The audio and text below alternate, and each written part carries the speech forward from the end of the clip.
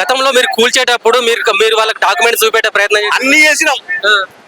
ఆ రోజు పొద్దున వచ్చిర్రు, ఏమి మీకు నోటీసులు ఏమి ఇవ్వలే? ఏమి ఇవ్వలేదు, నోటీసులు ఏమి ఇవ్వలే. ఇప్పుడు కూడా మాకు నోటీసులు రాలే, మా సొసైటీ కూడా నోటీస్ రాలేదు.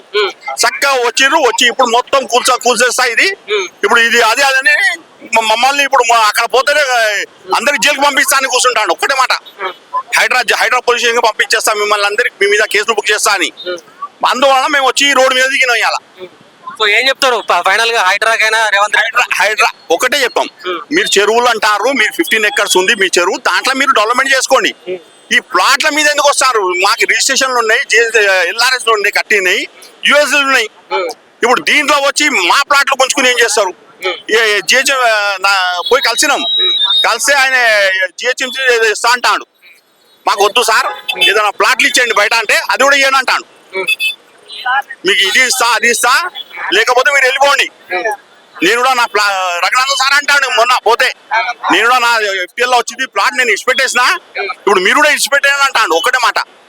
ఇంకా ఈ రోడ్ మీద చూడొచ్చు మీరు, అంతా కూల్చేసిండు.